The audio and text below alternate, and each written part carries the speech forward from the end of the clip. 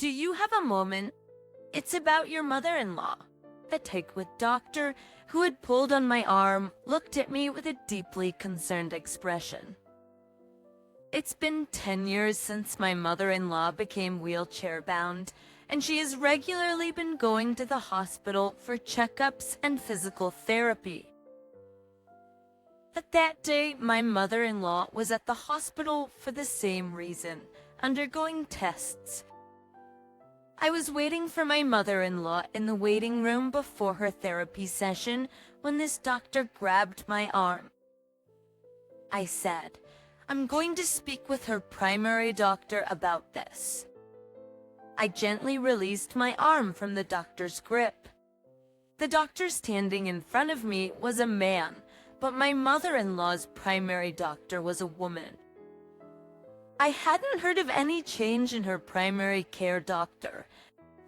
I was puzzled as to why a doctor who wasn't her primary would want to talk about my mother-in-law.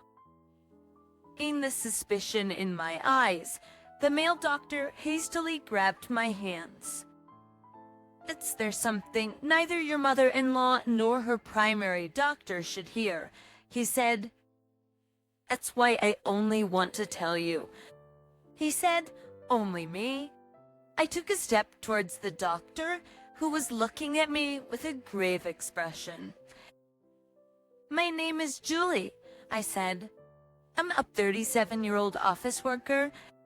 I work at a small and medium-sized company, but for some reason, I've been working remotely lately.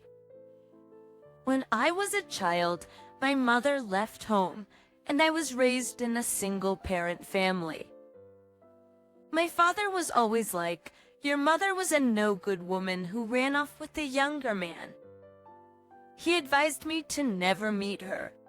All I heard was that her name was Yvonne, and she was a spendthrift, treating me like a nuisance and my father like a slave. My parents eventually divorced, and thanks to my father working day and night, I was able to go to college and find a job, albeit not at a big firm. Even though I didn't have a mother, I never felt lonely because of all the love my father gave me. After starting work, I've lived alone and become independent. 13 years ago, I married Mike.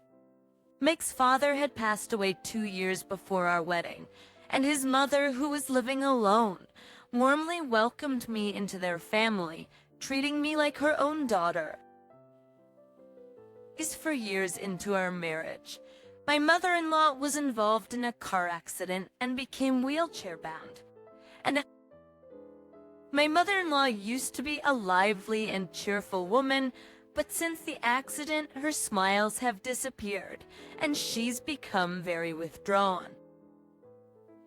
It must be hard for her to accept limited mobility. But though she had various caregivers over the years, it seemed none of them were a good match, and she seemed to deteriorate. She kept contacting us, saying she felt lonely and wanted us to come back, even if it was for a short while. To be concerned, we decided to move back into his family home to take care of her. We decided to take a week off using our paid time off. We took paid time off to dedicate to her care and then returned to our jobs once she was feeling better. My mother-in-law seemed relieved when my husband and I came to visit.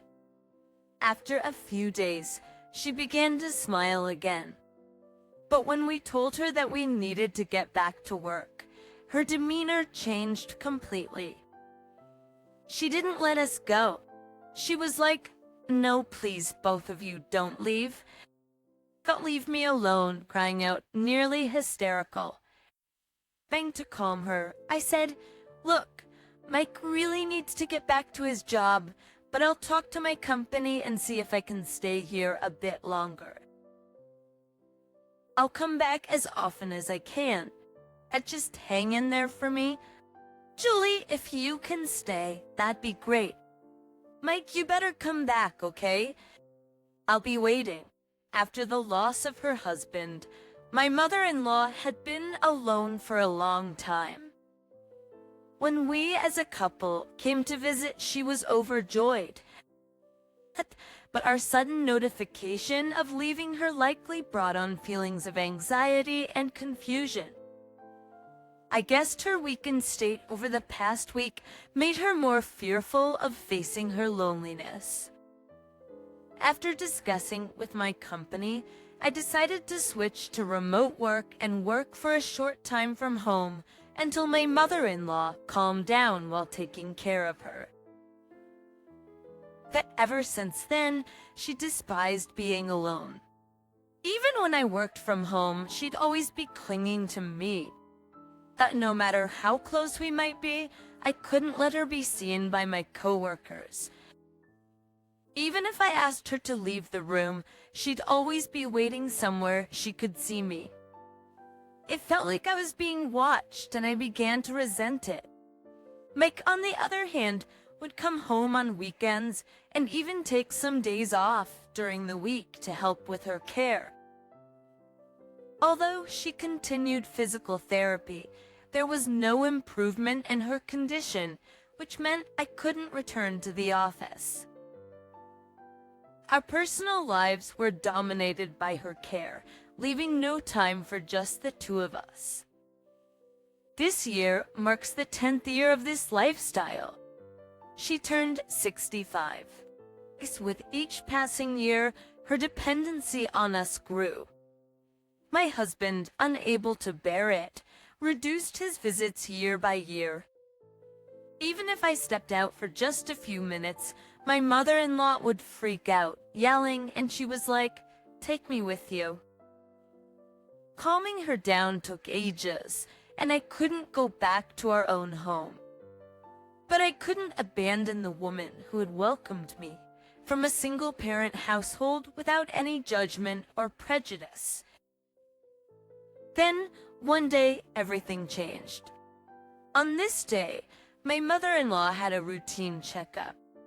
As always, I accompanied her to the hospital. My mother-in-law's doctor was a woman in her 30s named Mia. She had been taking care of my mother-in-law for 10 years, and I trusted her completely. After my mother-in-law went into the examination room, I took a seat in the waiting room and started to read a book. After a while, I noticed a group of doctors and nurses huddled together, whispering and looking over at me. I couldn't help but feel a sense of dread wash over me. One of the nurses walked over to me, her expression solemn. She said, "Ma'am, can we speak with you for a moment?" I stepped outside to take a work call. When I returned about 15 minutes later, a young male doctor stopped me. "Excuse me, are you Sally's daughter?" he asked. Ellie is my mother-in-law's first name. Actually, the doctor who called out using my mother-in-law's name was a young male doctor who recently transferred to this hospital. He mentioned that he has worked in the same department as Dr. Maya, who has been in charge of my mother-in-law. Taken aback, I said, "Yes, actually, I am her daughter-in-law." "But what's going on?" "I'm sorry for the sudden approach," he said. "Do you have a moment? We need to discuss something about your mother-in-law." I figured my mother-in-law's appointment probably wasn't over yet, so I agreed. Then Dr. Ryan looked a bit relieved and led me to a small private room, a consultation room not too far from the examination rooms.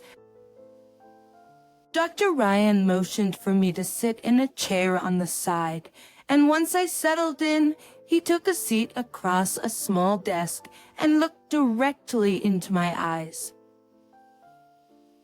"You're currently living with Sally at her house to take care of her, right?" "Yes, that's right," I explained.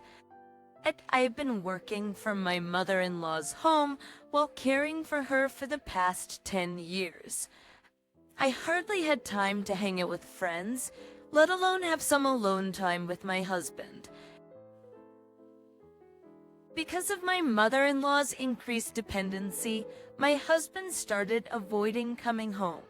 I lost almost all of my personal time, so I couldn't really discuss the care of my mother-in-law with anyone else. Dr. Ryan nodded, listening intently, which made me spill all the frustrations I'd been feeling. "Oh, I'm so sorry for going on and on like this," I said. He was like, "It's completely all right." Anyway, wow, 10 years. He said that with a gentle smile, and then his face grew thoughtful. Moments later, Dr. Ryan looked at me with a serious expression, and he started talking. However, what reached my ears wasn't Dr. Ryan's words, but a scream from my mother-in-law. Just in a panic, both Dr. Ryan and I rushed to the examination room where my mother-in-law was, and what we saw was unthinkable. I was at a loss for words. Dr. Ryan shook his head and said, "You should leave that house as soon as possible and get away from your mother-in-law." Suppressing the anger that welled up inside me, I nodded to Dr. Ryan. I didn't go to my mother-in-law, but headed straight to the police. Though skeptical, they promised to send someone to investigate, so I hurriedly packed up my things from the house. The image of what I'd seen at the hospital kept replaying in my mind. An hour or so later, as I was still packing, I called my husband to explain everything. Throughout, I kept receiving countless calls and messages from my mother-in-law. She must have been worried since I didn't show up even after her treatments. But I continued to ignore her non-stop calls and messages until I mostly finished packing. Pitches in the evening, my husband and the police arrived, and that's when I finally answered a call from my mother-in-law. "Julie, where are you? I've called so many times. Why aren't you picking up?" As soon as the call connected, my mother-in-law yelled with fury.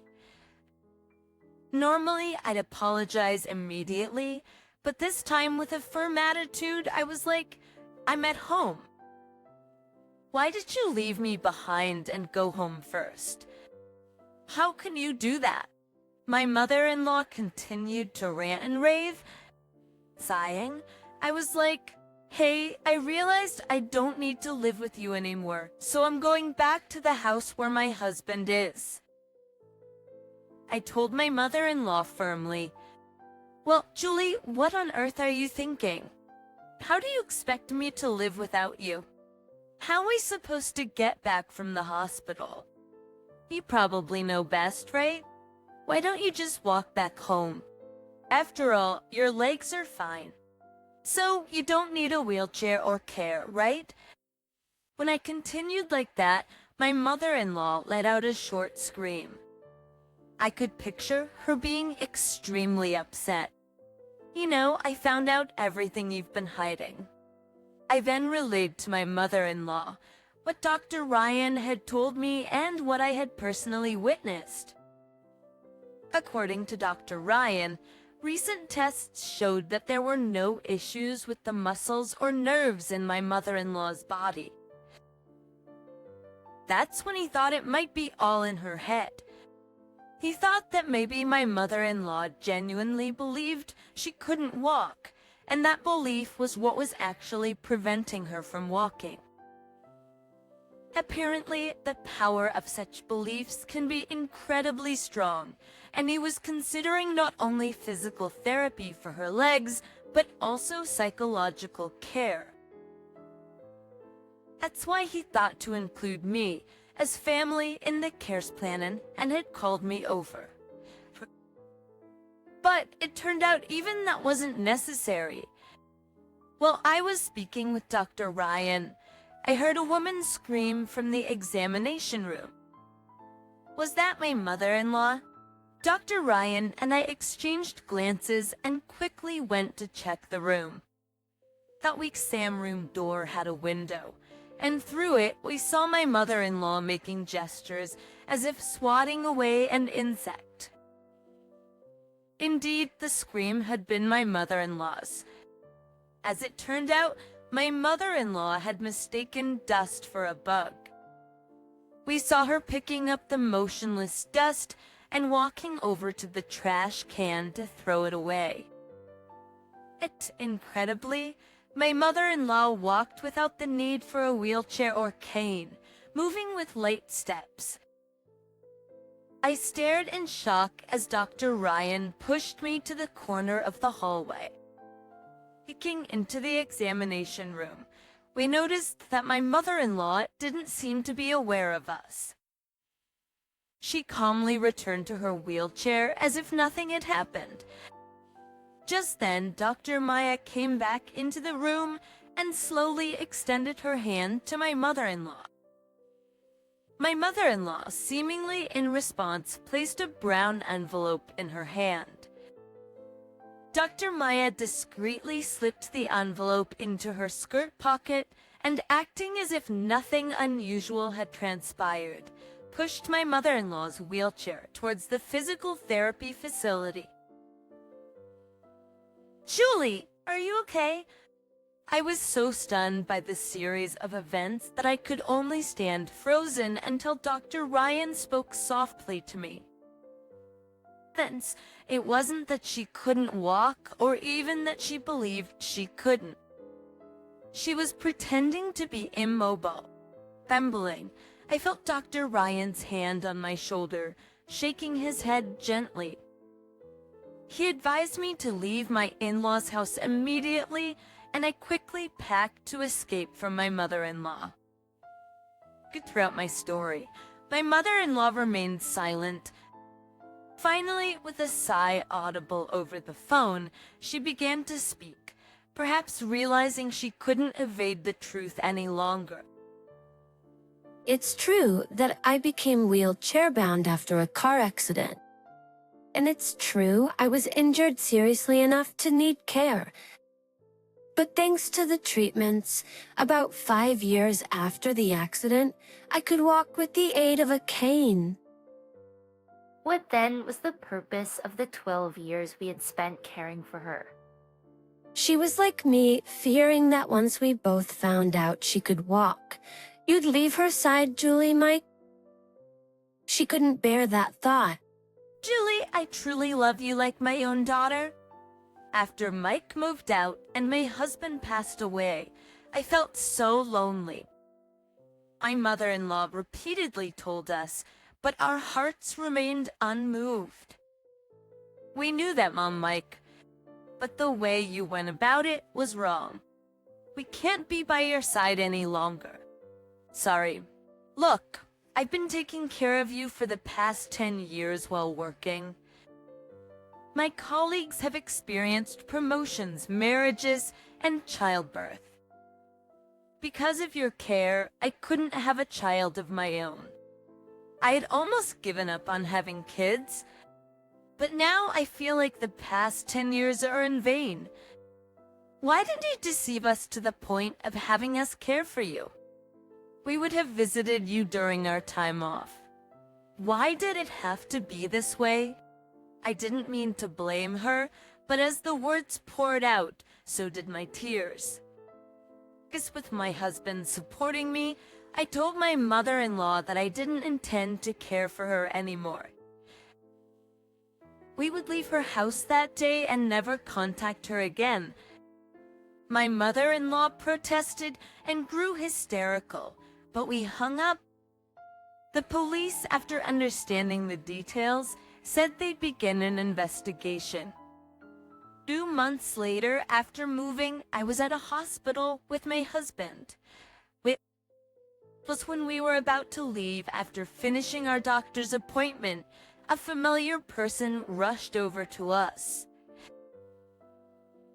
It was Dr. Maya, who was supposed to be my mother-in-law's doctor. We remembered her with fuller cheeks, but she looked gaunt, and fatigue emanated from her entire being.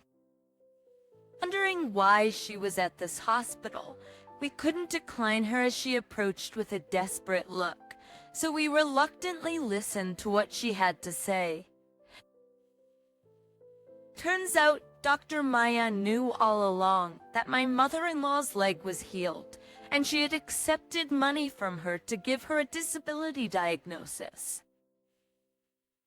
She mentioned the money was also in the envelope she received from my mother-in-law that day. Apparently, due to a complaint by Dr. Ryan recently, the hospital found out and she was fired immediately. Furthermore, since she had continuously forged medical certificates, she's likely going to be arrested for fabricating medical records, and it's almost certain that her medical license will be revoked. But she insisted that she didn't do anything wrong. Fixing incredibly, Dr. Maya claims that the money wasn't an appreciation gift from my mother-in-law, but hush money for my husband and me. She alleged we plotted to scam disability pension by making my mother-in-law disabled, and she had written the necessary documents reluctantly after we threatened her and paid her off. But no evidence of any of this. It was Dr. Maya who extended her hand to my mother-in-law that day. I couldn't believe that she put all the blame on us just because she was in trouble about to be arrested. What are you talking about? We haven't done anything like that. No, that's the truth. I'm going to tell the police everything. Dr. Mia, her eyes red with rage, shouted, making us turn pale. While her claims had no evidence, it would also be tough for us to prove we had nothing to do with her. I was terrified at the thought of being demanded to prove our innocence, a devil's proof. My husband and I were on the verge of tears when a woman approached us. She stood between Dr. Maya and us, shielding us. Aren't you the head doctor here? I urgently need to talk to you. Upon seeing the woman, Dr. Maya turned deathly pale. She quickly put on a forced smile, approached buttering up the woman, who was glaring at her. Do you need something from my daughter? Daughter? The woman glaring at Dr. Maya was the head doctor of this hospital, and she was Yvonne, my mother. Yes, my mother, whom I was separated from at birth. W.D. Selvies. Who I was separated from as a child due to her divorce, was a doctor. After divorcing my father, she quickly rose through the ranks and has been the head of a major university hospital. She was also one of the people who agreed with revoking Dr. Mia's medical license when she found out about her misdeeds. Oh, you're related. G.E.S. Samsek? In that case, could you please just hear me out? I was only threatened by them and wrote the diagnosis reluctantly. As a mother, you wouldn't want your daughter to be a criminal, right? Can't you help me out? Dr. Maya begged, trying to invoke my mother's sympathy right then and there. But my mother shook her head. My mother was like, don't mess with me. You and Sally have been deceiving the hospital and the authorities for 10 years, keeping my daughters confined at home. Sally kept them at home because she was afraid to be alone. You, on the other hand, funded your debts from your nightlife with Sally's disability benefits. You frauds, you need to face appropriate punishment and make amends. Dr. Mia's plea was abruptly dismissed. No way, absolutely not. Dr. Maya, realizing there was nothing she could do, slumped to the ground in despair. Whispers and stares from those around us focused on her, and we couldn't help but watch with indescribable feelings. Suddenly, a strong pull came from behind. Actually caught up to Vin, I was startled and turned around to find, astonishingly, my mother-in-law standing firmly beside my father. "You, what have you done to Julie?" When I heard that Sally was looking for Julie, I wanted to help. Was moved to a place without telling me. "I thought I would meet you if I followed Dr. Mia." The reason I hadn't told my father our whereabouts was not just because of the family connection between my mother-in-law and him. Ever since my mother-in-law had a car accident, I'd asked my father to look after her when I was out for work. It was during those times that they became close and started dating secretly, behind the backs of both of us. I found out about this last year when I happened to see my father and my mother-in-law talking closely at my in-laws' house on a few occasions after returning from an outing. I suspected their relationship and hence didn't inform my father when we moved. "Give Julie back. I won't let you take her away." My father yelling at my mother had an intensity I'd never seen before. "Stop it. I know all the stories you told me about Mom were lies." Turned out since the divorce, he had been feeding me lies about my mother to make sure I didn't want to meet her. The stories about her treating him like a slave or leaving him for a younger man were all false. My mother, an accomplished doctor, always had a busy schedule. My father knew this when they married, but after I started daycare, his attitude shifted drastically. He blamed her for our lack of family vacations and decided to divorce her, claiming she wasn't a good mother. And my father suddenly took me and left home on my 4th birthday. In reality, it was my father who left, not my mother. Following the divorce settlement, even though my mother had a decent income, she couldn't guarantee time for raising me. My mother had been sending a substantial amount in child support every month, but I didn't know until I met my mother. Even after becoming a single parent, my father made sure I didn't want to see my mother by portraying her in a negative light with false stories. Until it seemed that my mother wanted to see me, but most of the time she was overseas for trainings or researches. Even she kept sending me letters from overseas, but my father kept refusing, hiding the letters. There were times when it seemed they might meet, but something always came up. Either my mother got an emergency call at the hospital, or my father would come up with an excuse to cancel at the last minute. For me, I had been told since I was young that my mother couldn't be reached, or that no one knew where she was. Turned out, that was a lie. The reason my father could afford to travel once every 2 months and pay for my high school and college tuition was thanks to the child support money from my mother. Rich or comfortable life was all thanks to my mother. So the story of my father working late nights was also a sham.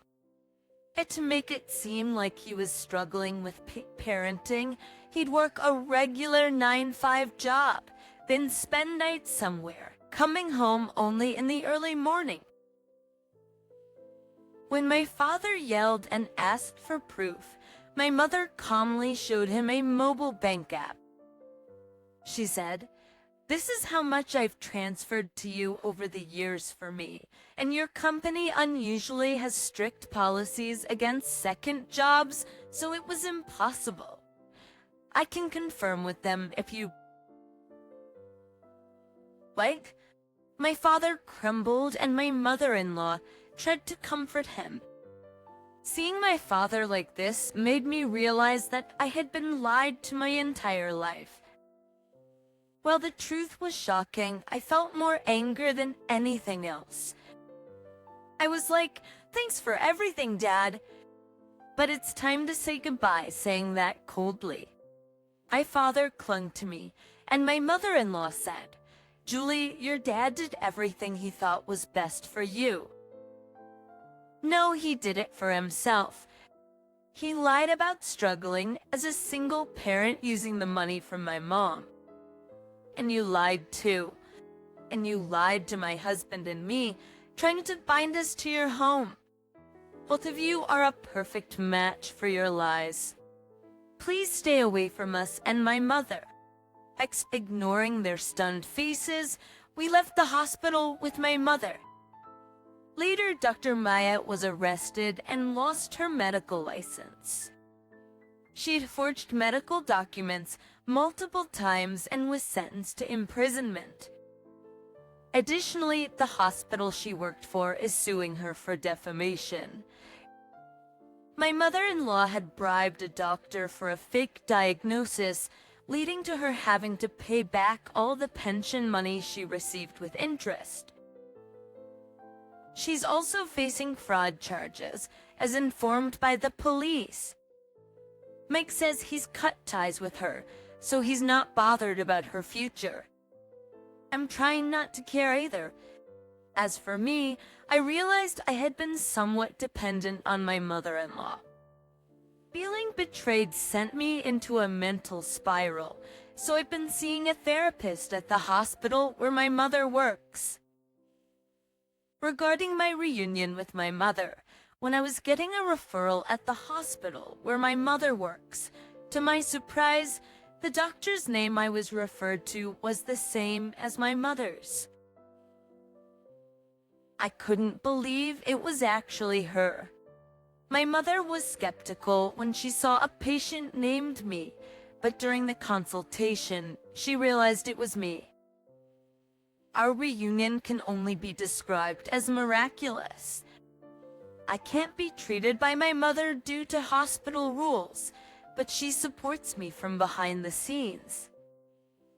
I've been back to my job at the office while still attending therapy. The team when visiting Dr. Ryan, who informed me of the truth about my mother-in-law. I heard that he and my husband were old high school buddies. We now often hang out with Ryan visiting our place, and everything feels like old times. It may be hard for me to forget how I was tied up by my mother-in-law and my father, but my husband, my mother, and Dr. Ryan always encourage me to take things easy and do what I want. Thanks to that, I'm planning trips with my friends or going to cafes by myself. From today on, I'll be taking care of this little one. Thanks for everything up until now. My mother-in-law exclaimed this to me with a warm smile on her face.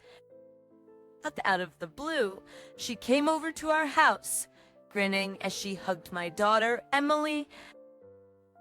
Emily looked dumbfounded at first, but as she began to comprehend her grandmother's words, she tried to wriggle out of her embrace. After holding Emily tight, my mother-in-law flashed another bright smile and said, "You should just leave now." My name is Susan. I work in an office building in the city. I'm a working mom. The building I work in isn't huge, but it's bustling because it houses more than just my office. This is more than just our company. I always find myself chatting with women of my age group, so I have many friends in the building. I've been recognized for my work in the accounting department and lead a fulfilling life. When I get home, my husband Paul and our 11-year-old daughter Emily are there. Paul and I manage our busy schedules, sharing household chores and childcare responsibilities. He genuinely cherishes both Emily and me. However, our blissful days started to change little by little. Paul tends to impose his own likes and interests on Emily. At first, it was soccer. It's one thing if Emily wants to play, but it felt forceful when he'd only let her play soccer even though she'd rather play in the sandbox. Yet, as she grew older, Emily became a soccer-loving girl who could stand toe-to-toe with her male classmates. Of course, she dreams of making her mark as a female soccer player in the future. I've become one of her biggest fans. But Paul's enthusiasm seemed to last only in the early days. Lately, he's all about swimming. Girls should definitely try swimming. Maybe synchronized swimming could be good. When Paul brought it up during dinner, Emily made a face, clearly perplexed. She said, "But Dad, I love soccer. I find it more fun than swimming, and I want to do it even more. Soccer is cool, sure, but why would you, a girl, want to play a sport typically considered for boys?" A palpable tension runs between the two of them. At times like these, I always struggle with when I should intervene. Emily has her own thoughts, so I'm torn whether it's right to interrupt and end the conversation. She said, "Gender doesn't matter. But right now, soccer is fun and pursuing it is my dream. You've been playing soccer so much. You've gotten quite toned. You're tanned and look like a boy." I don't need to be slim to be attractive. If you were swimming, you wouldn't have to worry about tanning. I immediately scolded my husband. I said, "How could you say that to our daughter? Her physique is proof of the hard training she's been doing. Just because she's our only daughter, it doesn't mean she can't be strong and athletic.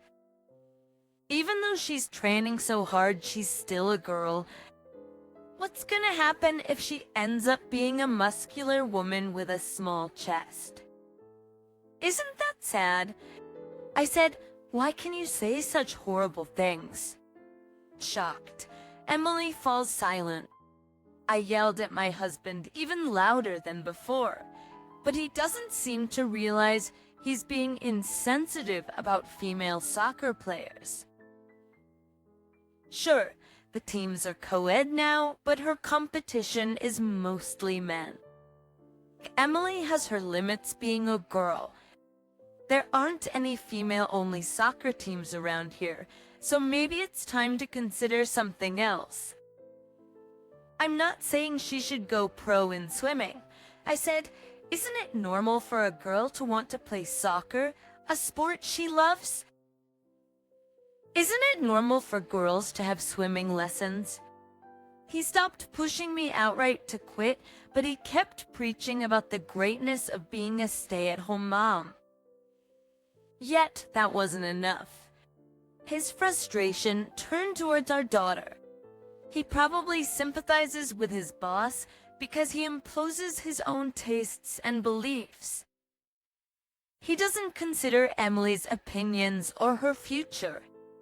He just thinks that since Emily is a woman, it's natural for her to obey his commands. The only way to mend this strained relationship is to change him. But no matter what we say or how we say it, nothing seems to get through to him. Just on top of that, all we get is an outdated response. Who does she think she is, a woman challenging me? I was distressed, but I couldn't let Emily suffer any longer. I finally brought up the idea of divorce to Paul. "I want to distance myself from you for Emily's future," I said. But he was vehemently against it. He said, "This is why women are so foolish. If you really had Emily's future in mind, you'd know it's a bad idea to divorce a breadwinner like me. Squeak with rising college expenses. Do you really think you can support her all by yourself?" You're just too dumb. I'll guide you properly, so just shut up and follow. He said this with an angry expression. His words were filled with confidence, as if he believed he was completely in the right. I've reached my limit. Taking a deep breath, I faced him. Yes, our income will decrease and preparing for college will be hard.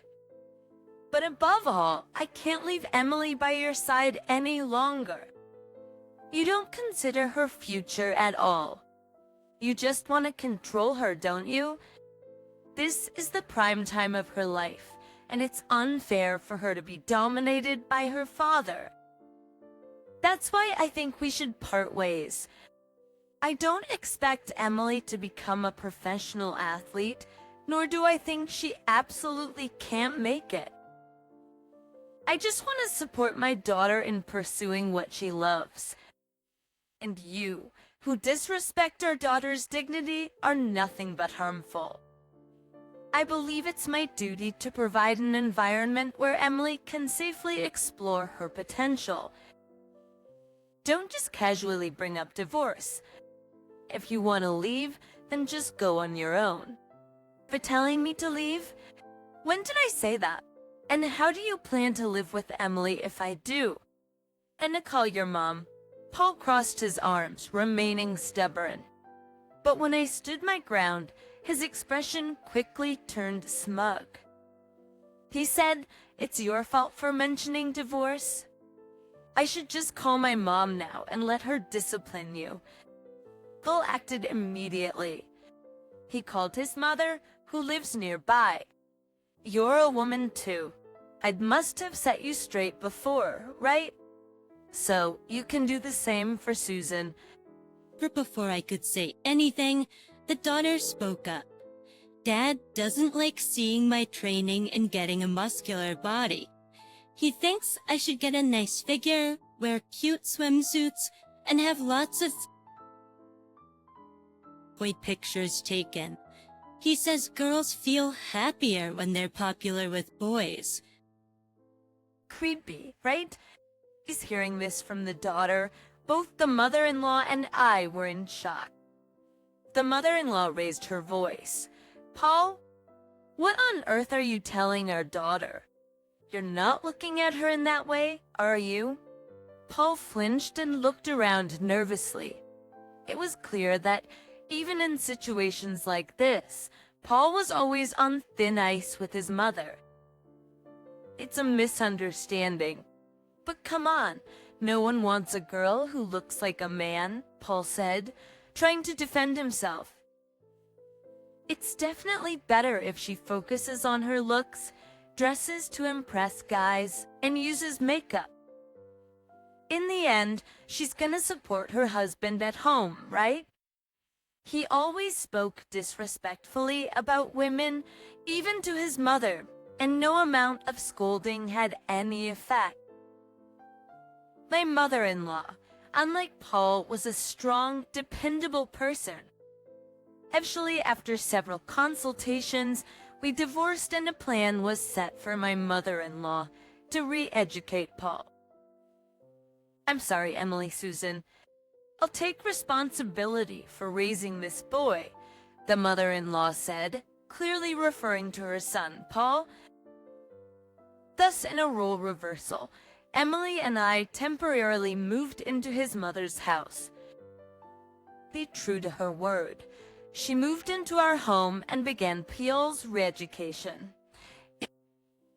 The divorce was finalized, and we were supposed to go back to our normal lives.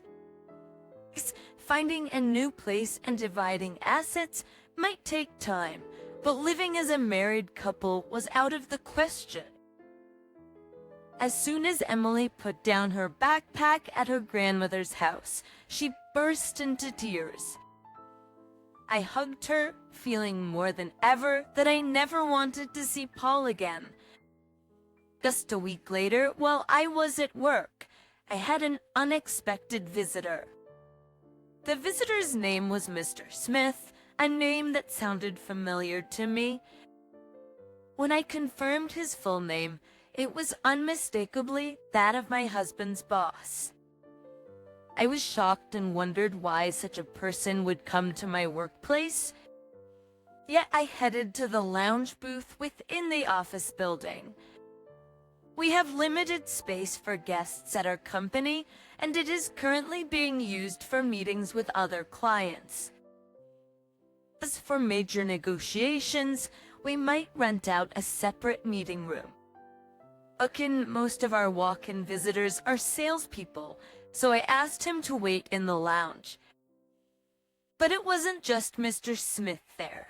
Paul was there too. Apparently, they had both taken a detour from their field sales to visit me. We can't talk properly at home with my mother around. Paul figured I'd take them more seriously at work.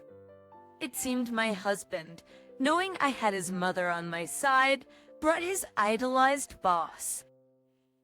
Paul wanted to say the same old line, "You need to settle down and listen to me." Heads of households should have the final say. You know, us women are just an accessory to men. Paul believes that dressing up nicely is a given, and thinking they can compete with men in sports or anything is presumptuous. Paul admitted I'm far from perfect. I can't discipline my unruly wife or daughter. Mr. Smith, I really need your help. Looking at my husband, laughing and acting smug, I was getting a headache. Just to make matters worse, he said he would never approve of Emily's soccer and assumed I might as well quit my not-so-important job. The issue was Mr. Smith, sitting next to him, grinning at my discomfort, backing up every word Paul said. There wasn't Paul's mother there to take my side. I was being interrupted at work and grappling with how to handle them.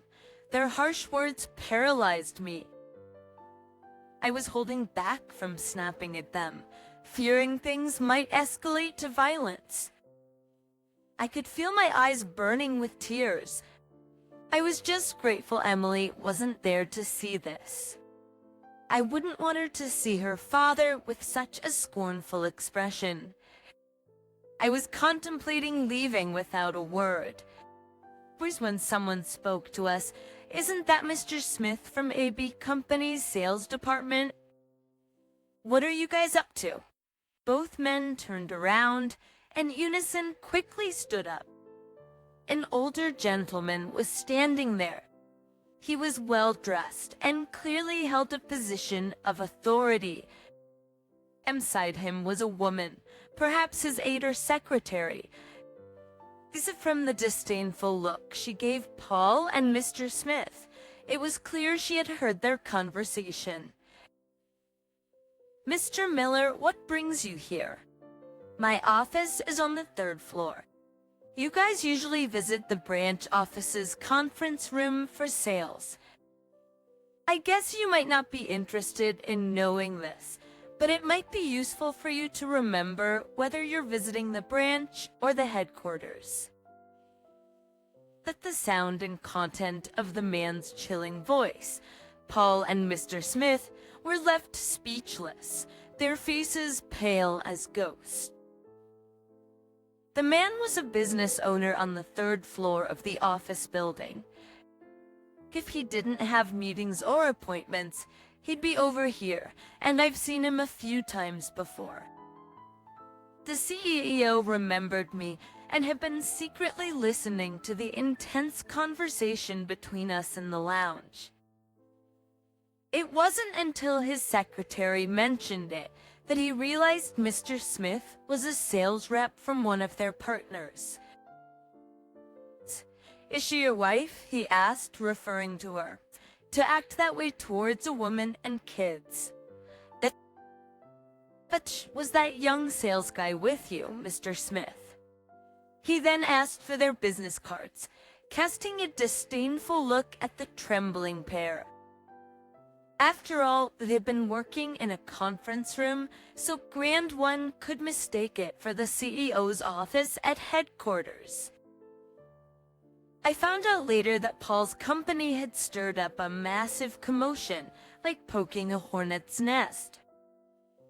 We'll have to reconsider our partnership with you. Please, I begged.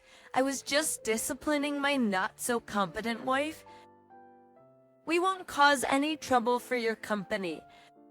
I forgot that most of our consumers are homemakers raising kids.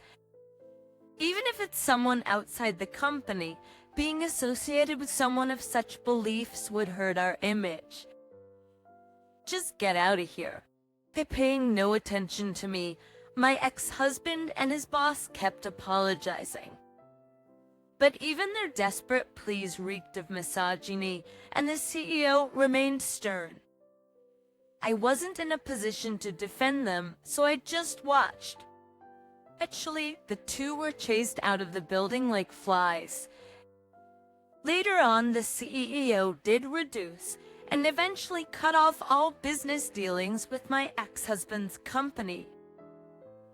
Rumors also spread about their behavior, causing many clients to back out, and the company removed the two from their sales positions. They lost trust from clients and within their company, ending up in positions where they were given no significant tasks. As for me, since that incident, the CEO has personally introduced me to some top-notch divorce attorneys, and we've kept in touch. I was advancing with custody investigations with his support. Juggling work, matters concerning Emily, and all the procedures were tough, but with legal support, I was able to handle things more calmly.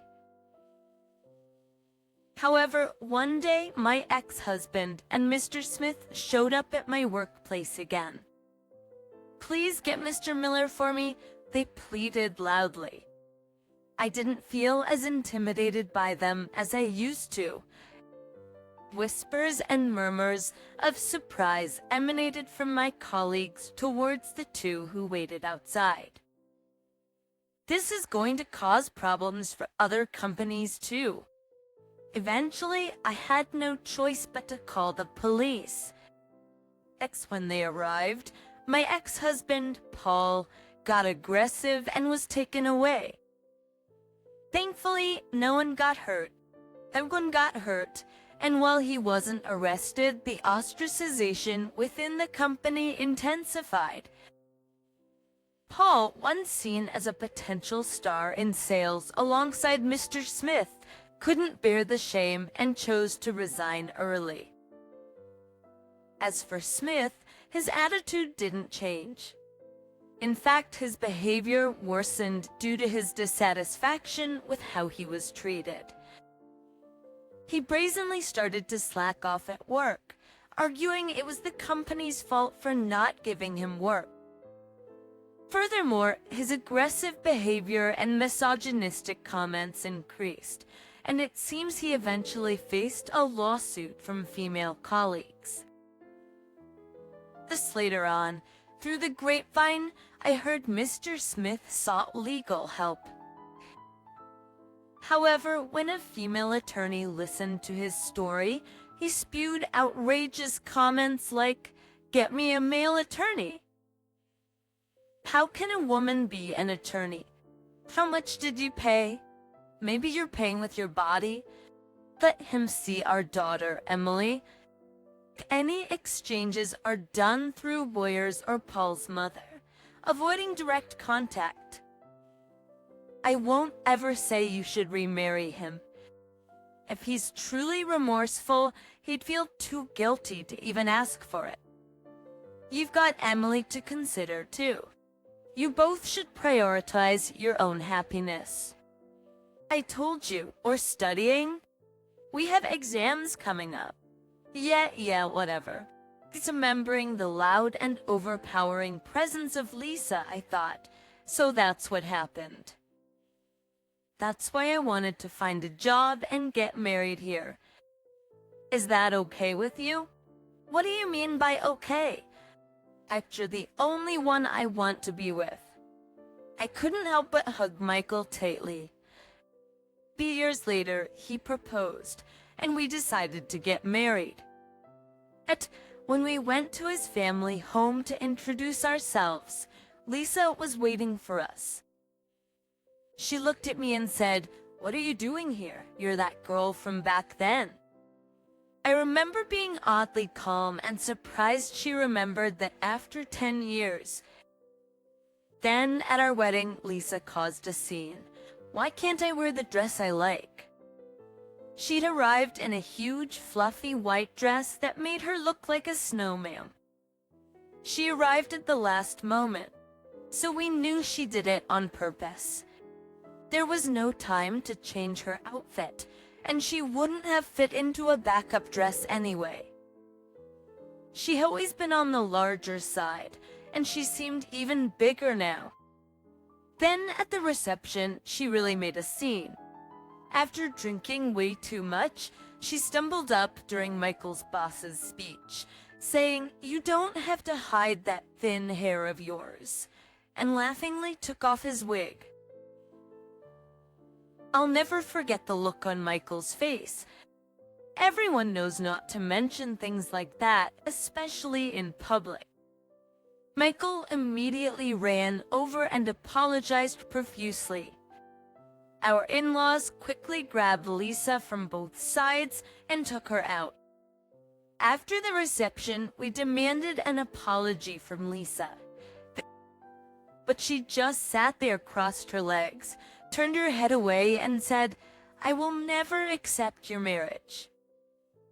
Asked why on earth is Michael with someone like you? Enough is enough, Lisa. You always mess with my friends and partners. Do you know why I left our hometown? It was because of you, Michael. Be why the scary look. Oh, right, it must be because of her. Of course. She's just the type to sit in the corner of the classroom and quietly read books. She must have been talking behind my back to Michael. I'm sure of it. It was my decision not to introduce you to Michelle for so long. Everything falls apart when you're around. The reason I didn't make the varsity baseball team in high school was my own lack of skill. Yet you still went to confront the coach, and after that, I couldn't stay in the team. You remember that, don't you? But that's not true. It's awful that the coach doesn't recognize Michael's talents. You are meant to shine. I've always supported you that way. My father-in-law sighed as he looked at Lisa, who was shouting hysterically. However, after a while, he got up, grabbed her hand, and said, "Lisa, get ready quickly. For giving up the room you're living in now." What are you talking about? Just now, there was a call from your company. That person has been an important contact of yours, having been associated with your company's deputy director for a long time. What? Lisa's astonished voice echoed throughout the room. So you were rude to him? You know what that means, right? He was quite angry, but he said he'll continue doing business with the company in exchange for firing you. I let you live on your own because you said you're working, but that's over. We won't let you out of the house so easily. And we're going to put you to work hard here. Because their parents' words were reassuring. However, that was not the end of it. Every day, my phone received harassing calls and a barrage of emails. When I checked her messages during my break at work, I saw a list of comments like, "Because of you, Mikey doesn't come back to his hometown. Mikey is mine. He should always be at home with me. You're not fit to be Mikey's wife." Persuade Mikey to come back. I was seriously considering blocking her number. But then I was overwhelmed by the fear that she might just show up at my door if I did. Around that time, I often felt sick. So I just let the calls go to voicemail and ignored the texts. Then I found out I was pregnant with the persistent nausea. It made sense. When I informed both my parents and Michael's parents, both families immediately congratulated us. So, where's Lisa? She's out right now, don't worry. I plan on keeping it from her as long as possible. Over the phone, I could hear the weariness in Michael's mother's voice. Thank you. How is Lisa doing there? She's still not back. Every day after work, she's out somewhere in her car. How's the work at your husband's company? Michael's mother sighed deeply. It's a mess. Lisa doesn't even try to learn the basics of her job, and it seems she can't. I was shocked to hear that. And lately, she keeps saying this, that she was deeply hurt by what was said back then. She became depressed and doesn't want to go to work, even when I tell her to see a doctor and get a note. She says she's too depressed to move. Although I send her off, I've heard she often skips work without notice. But she drives around a lot, right? Yes. She's unpredictable, but I'll make sure she doesn't come bothering you during your crucial time. Thanks to Michael's mother, I didn't face any surprise visits from Lisa while I was home. However, I continued to receive a barrage of emails from her. When are you going to divorce? You should leave. You're just holding Mikey back. This child looks just like Mikey's first love, completely different from you. Looks like me, actually. The messages were repetitive and draining. I had another issue too. The morning sickness hit me early and hard. Michael was concerned and suggested I take an early leave from work and return to my parents' house. But isn't my parents' place in the same school district as yours? I fear Lisa might show up any day. Michael pondered over this and then called his father. He replied, "All right, since Lisa can't seem to hold a job anyway, I'll force her to join me on a long-term project." Is it far this time? Options? It's nearby, but on an island. So she can't return without my permission. It was reassuring to hear that. I expressed my gratitude to Michael's parents and decided to return to my parents' house. Upon visiting Michael's family home, both my father-in-law and Lisa were out, making the large house seem lonely. It's okay. We're relieved without her around. It seemed they were tired of their daily life with Lisa. However, close to my delivery date, a shocking event took place. Michael, are you here? Lisa was banging loudly on my parents' door. At that time, my mother had gone out shopping. I checked all the windows to make sure they were locked. Everything was sealed tight. As long as I didn't go out, I'd be fine. But then there was a loud crashing noise. But through the living room curtains, I could see a figure. It was Lisa. She was holding a metal baseball bat and stomped her way into the house. Shoes on, there you are. I knew you were home, Michelle. I grabbed my phone and made my way to the front door. Lisa seemed to have predicted my move as she quickly closed in on me. I knew I was in danger and tried to rush upstairs. But at that moment, I felt a terrible blow to my back. Lisa had struck me right in the middle of my back with the baseball bat she held. Ouch. But I couldn't just stand there.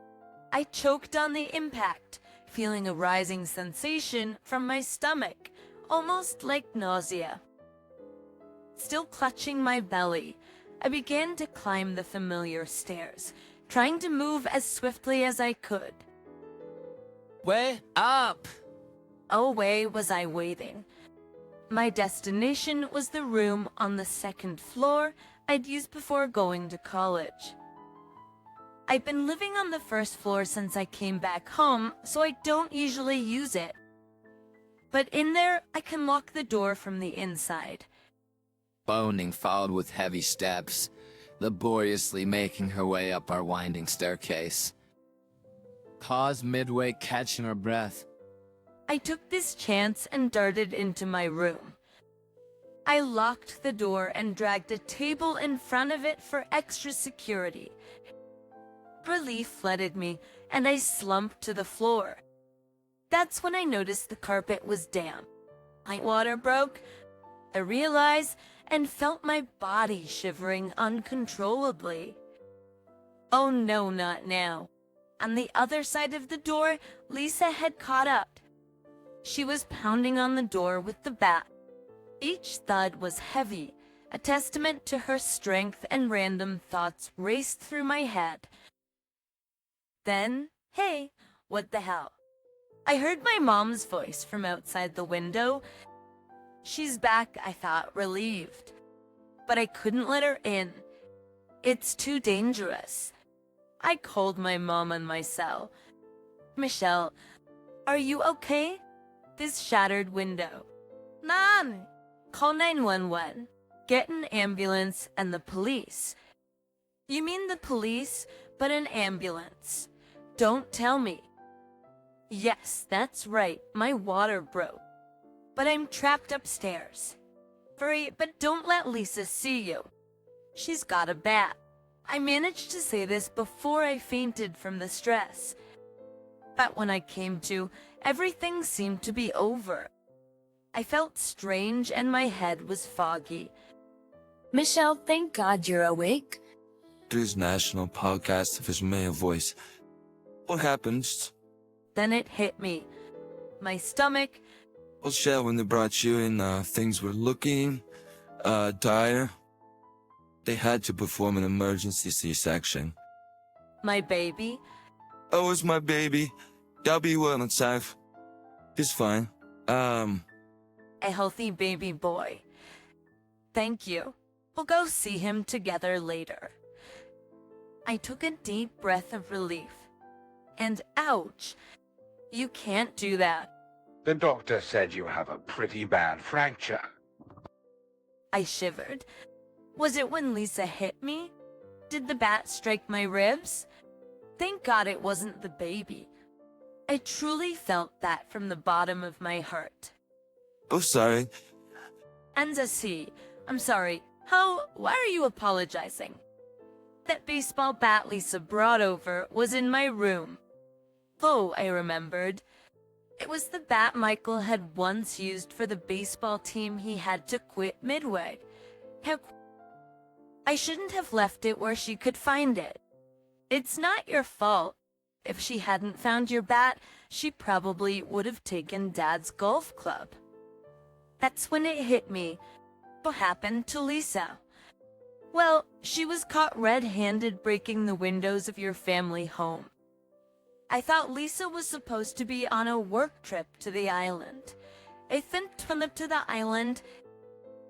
It seems she overheard a phone conversation between my father and me about my pregnancy.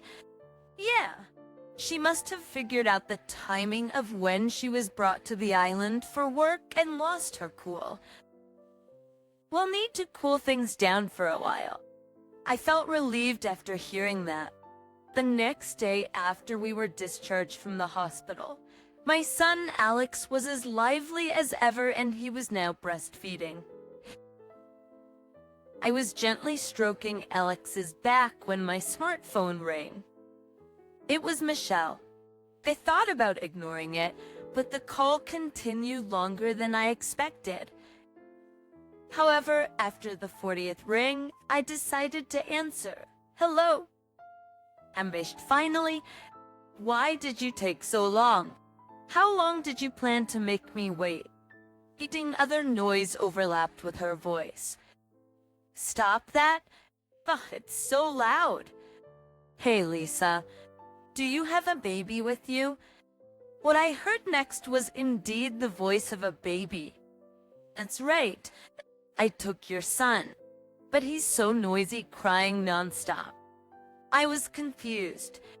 Why would there be a baby there? Ugh. I thought I'd take him home and raise him my way, but he's so loud.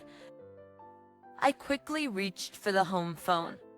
Hello, is this Michael's mom? Why, what's up? Is Alex okay? Isn't that Alex crying? Lisa was still making a racket in the background. It seems my mother-in-law heard the noise. Whispering, I asked, do you know where Lisa is right now? She's been quiet since the police handed her over. She just called, and it sounds like she has a baby with her. My mother-in-law gasped in shock. There were some noises. Probably her checking if Lisa's car was around.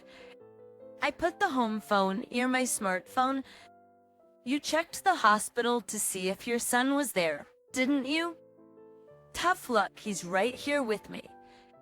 Stuff so darn loud. Oh, I got an idea. Lisa, what have you been saying all this time? Just with a pleased look as if she had come up with something, I asked her with a sinking feeling. I'm gonna leave your baby out in the mountains. But Alex is here with me, breastfeeding. What then? The next moment, a scream echoed from the other end. My Alex. I gently poked Alex's cheek. He let out a cheerful laugh. Lisa must have heard that. Wait, then whose baby do I have here? Wasn't your son still in the hospital? My son and I have been discharged and are at home. There was a loud thud followed by the sound of a baby crying even louder and Lisa screaming. She must have realized she kidnapped someone else's baby. I grabbed the home phone. Did you hear that? Something serious has happened. Yes, I'm going to call the hospital right now. You stay put. The call ended. What a reliable woman. Indeed, I was not in a position to move right now. Given the constant need for breastfeeding, I couldn't leave my son's side. Between for the time being, I decided to focus all my energy on soothing my son, who started crying due to the noise coming from the other side of the smartphone. Later, I was informed that Lisa's car was found parked by the seaside road. Lisa was found dazed inside the car. A baby placed in the car seat in the back was safely retrieved. He was mildly dehydrated and was sternly reprimanded by the paramedics. Needless to say, his parents were furious with Lisa. This wasn't just a family squabble like breaking the window. It was a kidnapping involving someone else's child. The parents of the kidnapped baby were mildly dehydrated and were furious, saying, "Child was almost killed. We won't let this slide." They clearly showed an attitude of not forgiving Lisa tomorrow. My father-in-law, who rushed back in a hurry, reportedly told the police, "There's no handling this at home anymore." I thought I was keeping an eye on things to make sure Michelle and others weren't inconvenienced, but this is the last straw. I'm cutting ties with you for good. Lisa, the one being told this, seemed initially clueless about what he was talking about. Then, the moment she understood, she reportedly let out a loud scream. But why someone else's child? Firstly, Lisa had been quiet at the in-laws' house for a while, but it seems that was to plot revenge against me for being detained over the matter of breaking the glass at her family home. She learned about my upcoming discharge from overhearing a conversation between her parents and planned to kidnap my son before that. But Lisa missed the exact discharge date. My release from the hospital had been brought forward. Both my son and I were in good enough health to be discharged, and suddenly there was a need for our ECS Beretta, and I gladly agreed to the early release. Lisa came to the hospital after I had been discharged. Hospital, after I had already been discharged. She apparently sneaked into a patient room where another mother and child with the same last name as ours were staying and took the child when Wednesday wasn't there. Natalie, apparently, with her large build and wearing a sling carrying a baby. She just looked like any other patient being discharged. The bassinet was one of the items that my mother-in-law had hurriedly bought in preparation for my baby, including a crib and other things. She quickly sneaked into the house, and while looking for her car keys, spotted it and thought it was just perfect to take. The baby's mother, who happened to be in the bathroom, and the hospital were in an uproar. The situation became clear thanks to a call from my mother-in-law, and both the police and ambulances were dispatched. The police also came to our house, checked the call history on my smartphone, and said they were able to pinpoint Lisa's location. So, as a result, Lisa is going to be in jail for a while, deservedly so. She's going to face a criminal trial, and lawyers keep coming, asking for testimonies that would be in her favor. But the in-laws firmly declined and said they won't support or help her in any way. My smartphone finally went silent. We sighed in relief, thinking that peaceful days are finally upon us. Just at this rate, the day when Michael will return to take over the family home, and we all live happily together seems close. From now on, we are supporting my mom and sister. If you don't like it, then I'm going to divorce you. Why do I have to be kicked out of the house? I can't possibly agree with what my husband suddenly brought up, and his sister is an absolute monster. Living with someone like her would surely drive me insane.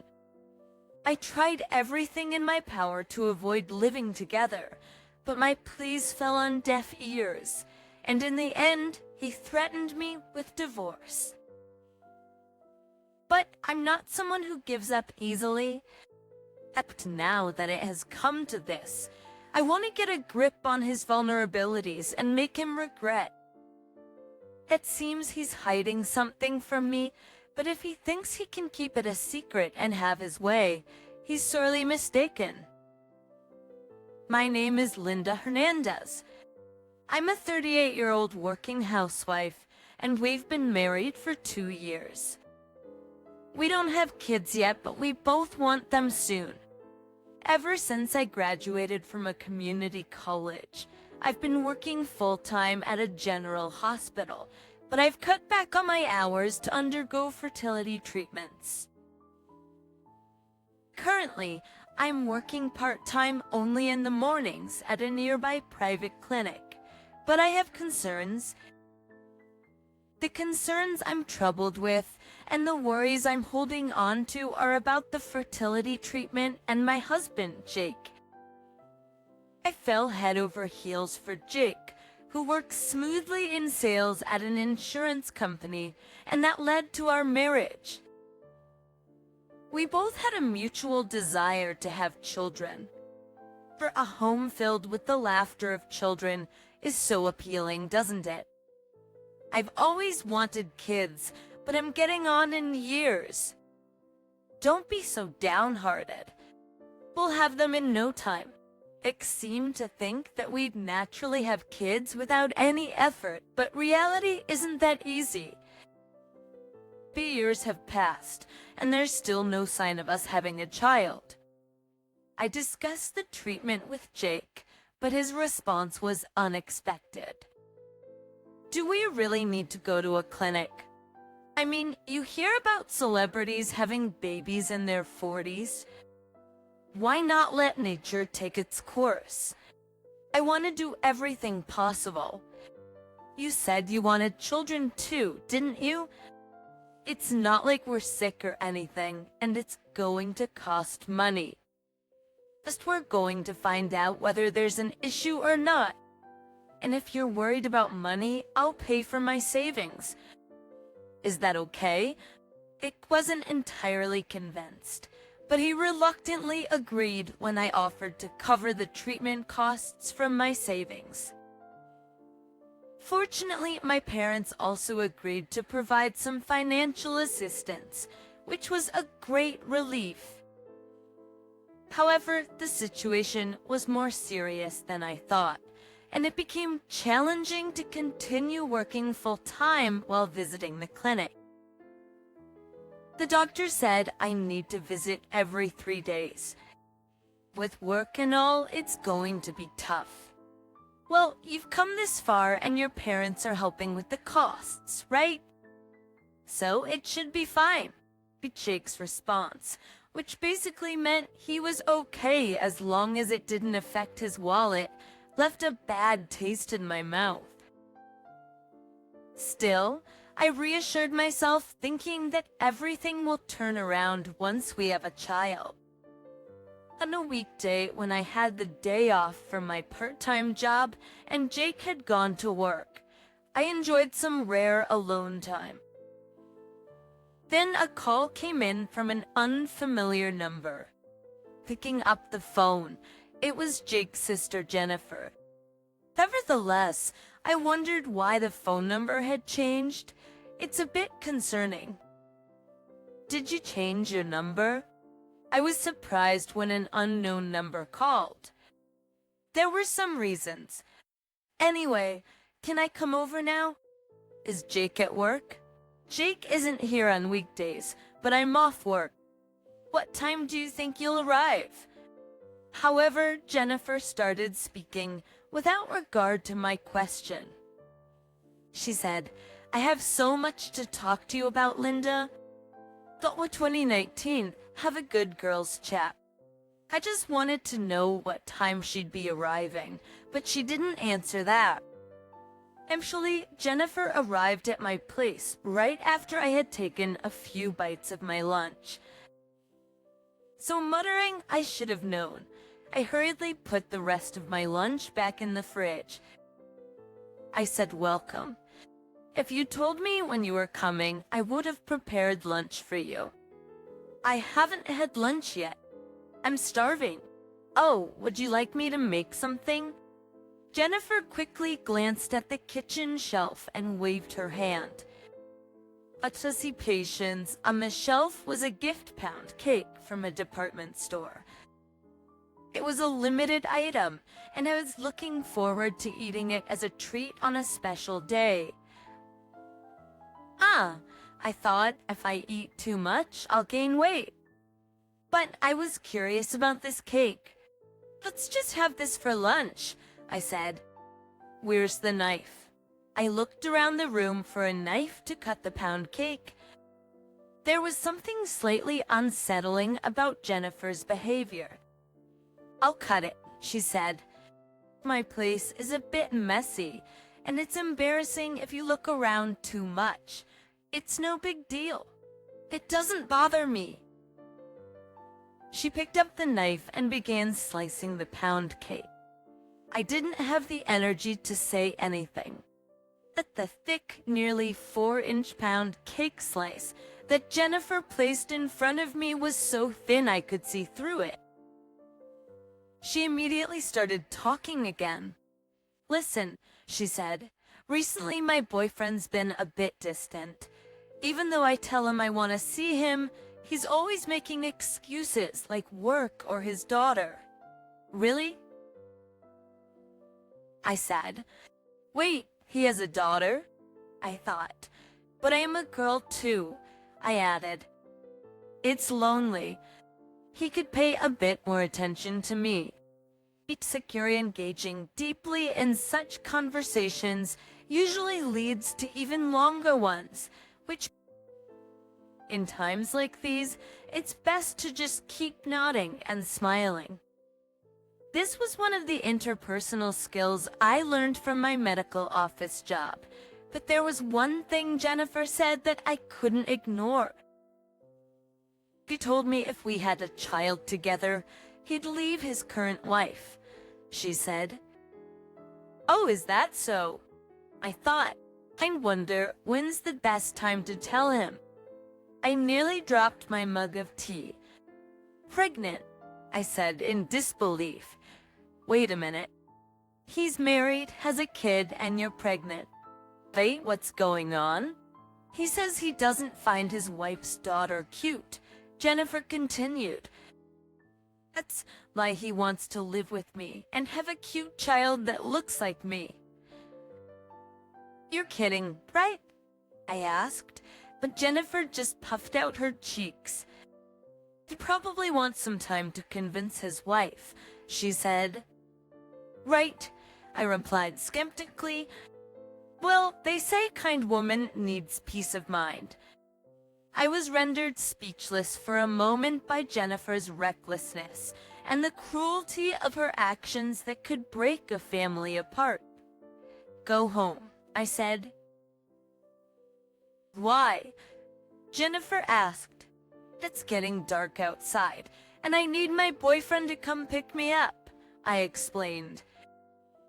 "Oh, and I was curious about the tea from that department store in the cupboard," I added.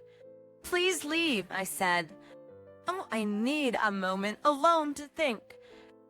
For a bombshell of an affair and pregnancy, it's just too much. As to begin with, I can't believe that someone in my family could easily engage in such a horrible act like an affair. My mind is a mess to the point where I can't even explain it to myself. Perhaps about a week after Jennifer's explosive visit, Jake came home unusually early from work. "Oh, home on time today. You usually come back on the last train." "That's rare." But Jake, however, threw his bag onto the floor and came up to me, agitated. I heard from Jennifer. She said you said something terrible. I mean, she did come over the other day, but did I say something that bad?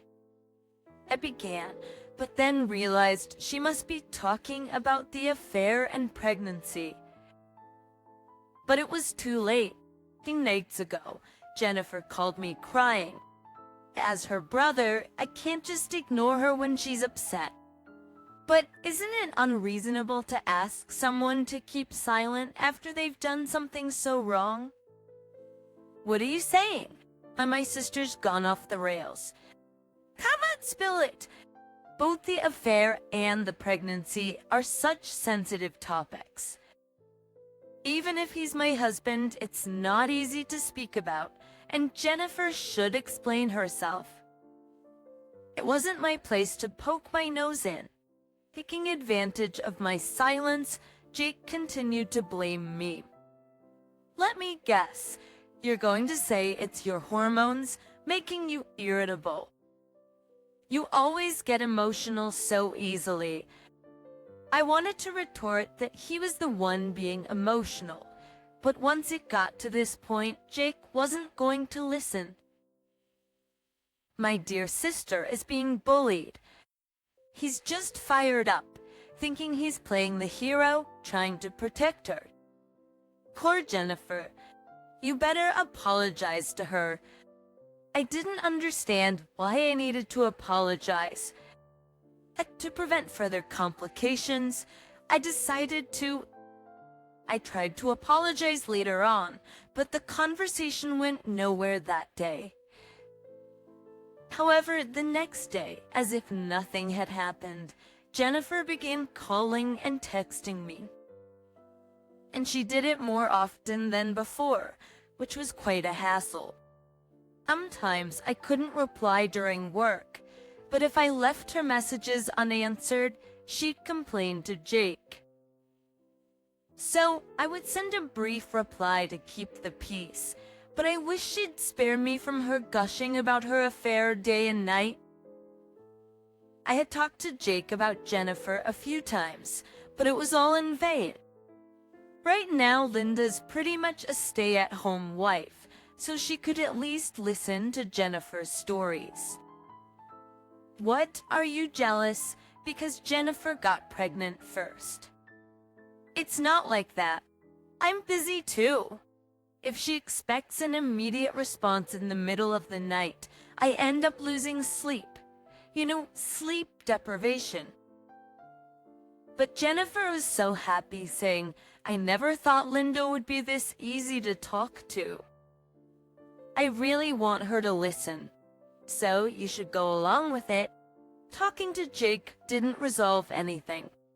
Even as I'm lost in thought, the constant notifications from Jennifer never stop. What to do? But little did I know how naive I was to complain over calls and emails. I'd realized that later. About 2 months after discussing Jennifer's situation with Jake, that the seasons were changing, and I thought about getting out some fall clothes. Just as I was about to get up, the doorbell rang. Did I order a package? Muttering to myself, I approached the front door only to be met with an unexpected sight. Massive cardboard boxes, like someone was moving, were being carried into the house one after another. The recipient's name was Jake. Maybe it's work-related stuff. And Jake, the very person the packages were addressed to, neither contacted nor came home. I wish he'd communicate these things. After 3 days of no communication, he returned in the middle of the night, making a ruckus. Hey, I'm home. No welcome. I was about to go to bed. It's 1 a.m. Can't you be a bit quieter? What's the big deal? Are you that upset I came back? Maybe he was drunk, but he seemed very confrontational. He walked towards me, but tripped over one of the boxes and fell dramatically. Hey, clean this mess up. These are all addressed to you. I can't just go opening them, back-talking. And by the way, you should be the one taking care of these. I was puzzled by Jake's statement. What do you mean I should? Just what I said? These boxes contained Jennifer and Mom's stuff. Mostly Jennifer's, I bet. Hold on, why would Jennifer and your mom's stuff be delivered here? But with a smug look on his face, Jake began to explain. It's for my sweet sister, of course. She's been renting, but her lease is almost up. She said she's going to move in with her boyfriend or get married soon, so I figured I'd look out for her until then. Hold on, you never told me. I've been promoted to assistant manager and I'll be earning more. That won't be a problem. We got married 2 years ago, but to be honest, I hardly had any interactions with Jake's family. So it's bewildering to be in this situation now. You mentioned once that you weren't close with your parents, didn't you, Jake? Well, there was a time when I found my family a bit too much to handle. But now that I've been promoted to assistant manager, making a bit more money, I figured that was the best time to help out my folks and support my younger sister. We're suddenly talking about living together. Are you sure about this? It'll work out, plus we got a spare room. If we use your room for storage, the 4 of us can live together. So what's the problem? He sounded like he had it all figured out, but I wasn't entirely convinced. Moreover, Jake talked about supporting Jennifer until she got married, but I wondered how much of Jennifer's story he really knew. But from what I've heard, their versions don't quite match, and it gave me an uneasy feeling. Starting today, we're supporting my mom and Jennifer. If you're not okay with that, I'm going to divorce you. That's too sudden and not feasible. I wouldn't want to live with them, even if it was just for a short time. Then I'll divorce and leave. Give it a shot. That said, I couldn't just pack up and leave immediately. I have to make all the necessary preparations in this house before doing so. Jake needs a reality check. First, I'll start by going through Jake's belongings. I've had suspicions for a while that Jake might be cheating on me. There were times he'd come home late, smelling of a woman's perfume, and I've spotted suspicious cards peeking from his pockets on several occasions. Does he really think I haven't noticed with all these clues lying around? He's fooling himself. Checking our shared computer, Jake had left his account logged in. I was able to go through his emails, and sure enough, they were incriminating. Reading the email filled with sweet words, I got the chills. The person he was emailing was a woman. Visiting further, I found hotel newsletters and reservation confirmations. Apparently, he's been going there every Wednesday and Friday. He used to tell me he was out drinking with colleagues or clients on those days, but now everything clicked. I noted down the hotel's name, so if I stake out the place, I might be able to get photos for evidence. But I'm no expert, and the last thing I want is to get caught. I'll have to think of a foolproof way to tail him and gather evidence. Jennifer seems to be coming over to the house in 4 days, but before that, while investigating Jake's affair, I've decided to also check out Jennifer's movements, just to be on the safe side. Jake seems to think Jennifer is some sort of tragic heroine or something, but boy is he wrong. She's just a mistress, scheming to stick around the house until she can make an affair official through marriage. You gotta do what you can now, for any unforeseen circumstances in the future. After all, it never hurts to have a few aces up your sleeve. Mumbling these thoughts to myself, I start checking social media, a friend's suggestion pops up. I tap on an icon that seems to be Jennifer's face. Her photo is heavily edited.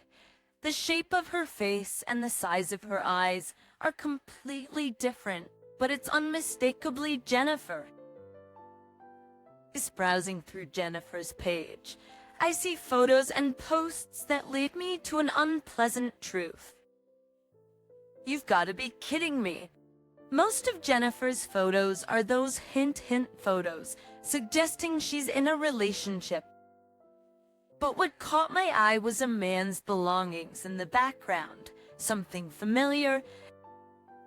These hint photos didn't show the man's face, but I'm pretty sure it's the husband of a close friend from high school. She was such a good friend that I even gave a speech at her wedding. Plus, I visited her house multiple times when she was single, so I know. He always had a unique taste in belongings and style. I remember thinking he had a flair for things with uniqueness, so I'm certain about it. One of the items in the photo is a shark bone keychain, identical to the one my friend said she and her husband both have. There's also a uniquely colored wallet and a tie with a distinct pattern. Anyone who knows him would instantly recognize those. I wonder if my high school friend knows about this. No, she's probably living her life unaware of it. I was torn, but decided my friend probably doesn't know. Whether to confront him about the affair or not, I'd leave up to her, but I decided to let her know about the social media account. And there's one more person I need to get in touch with. It's been a while, mother-in-law. You're coming over the day after tomorrow to live with us, right? I heard from Jake, but before that, there's something I'd like to discuss. Oh, what a coincidence. I'm gonna be staying with you from the day after tomorrow, and I had something I wanted to talk to you about too. Given that the mother-in-law also wants to talk, this seems like a good time. I might as well lay it all out now. I'm gonna be blunt. I'm thinking of divorcing Jake, and the reason is that he's been cheating. I'm still at the house now, but once I pack up, I plan to leave. I had a hunch something was up.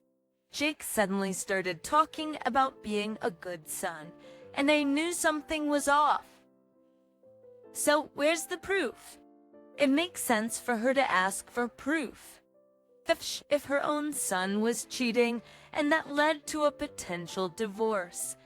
Of course, she'd want to see evidence. Here it is. We share a computer, and I found these emails and photos. I think they make it clear. Hey, is this all you've got? Kateria, the way she flips through the printed out emails hurts. Her gaze feels heavy. This is all for now. I really wanted more conclusive evidence before confronting Jake, but I don't have anything else yet. Well, considering it's him, I'd expect him to try and make excuses or lie. Here, take this and hire a detective or whoever you need. She slowly took something out of her purse, a bank book and a debit card. Chloe took something out of her purse, a bank book and a debit card. But this money, Saturday, since Saturday, it's part of my late husband's inheritance. And he cheated on me when you were younger, and I just can't stand infidelity. This seems like the perfect opportunity to teach him a lesson. As she said this, she smirked. I'd only spoken to her once or twice before. To be honest, I found her a bit intimidating, so I never imagined she'd be this supportive. Use this money to settle things properly. I've always appreciated that you, Linda, married my good-for-nothing son. I want you to lean on me. Let's sway you with the money, the mother-in-law. Provided I hired a detective known for his skills in catching cheaters. I got indisputable evidence. Now I just need to find the right moment to confront Jake. It's been 2 weeks since my mother-in-law and Jennifer started living together. I was almost ready to leave the house. It's on a day off from work. For both Jake and me, a letter addressed to Jennifer got forwarded to our house, and it turned out to be a ticking time bomb. What? The boyfriend wants to break up? You were just talking about getting married or something, weren't you? What the heck did you do? It's from his wife. She's saying they are not going to divorce, and he will dump me instead. Suddenly, Jake grabbed the papers Jennifer was holding.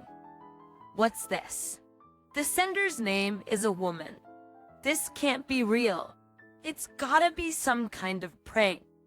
For some reason, Jake seemed to think Jennifer wasn't entirely at fault. Perry, on the other hand, my mother-in-law looked as though she had no idea what was going on. Jennifer often talked about her beloved boyfriend. That guy, he's my best friend's husband. She got pregnant and he said he'd divorce his wife and marry Jennifer. Did you really think he would do that? Wait, so that was a lie. Come on, you tried to break up someone's family. At Jennifer, on the verge of tears, defended herself. He always said he and his wife were at odds and could get divorced any day. He told me he wanted to raise a child together if we had one, and that he wanted a child with me. They were already on the rocks. So it ain't cheating or having an affair. Jennifer's always been an easy target for jealousy and grudges. Feeling the urgency, I confronted Jake. So are you saying infidelity and affairs aren't a big deal? Well, it's just men being men, right? Why overreact for every little thing? You should just let it go. I laid out the pictures a detective took on the table. This picture clearly shows you, Jake. The report says you're cheating with another woman. You're cheating with a woman named Janet, a client. Stop playing games. I'm not playing any games. Jake seems to think I'm not really mad and is still laughing it off. I told you, it's just men being men. If you can't handle it, how are you going to survive in this world? That's it. But the decision to divorce still stands. Naturally, I'll start filing for our assets to be divided. Hey, wait a minute. You can't be serious. What's this division thing? Cool your head. And from the side, the mother-in-law's angry voice cut in. Both Jake and Jennifer are hopeless. I never thought my own son could be like this. I'm so disappointed. Wait, it's not my fault, Mom. The boyfriend lied to me. I'm a victim. What kind of nonsense are you talking about? Enough of your ridiculous excuses. Next to the arguing mother-in-law and Jennifer, Jake, realizing the gravity of his actions, asked me, "You're not serious about the divorce and property division, are you? You still love me, right?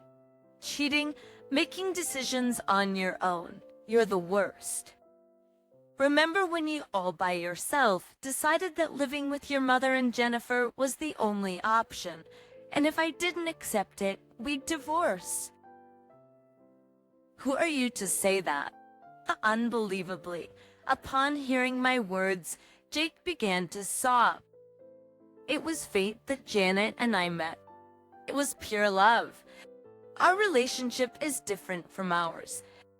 You understand, right? You'd support my pure love, wouldn't you? I couldn't and didn't want to understand a word he said from start to finish.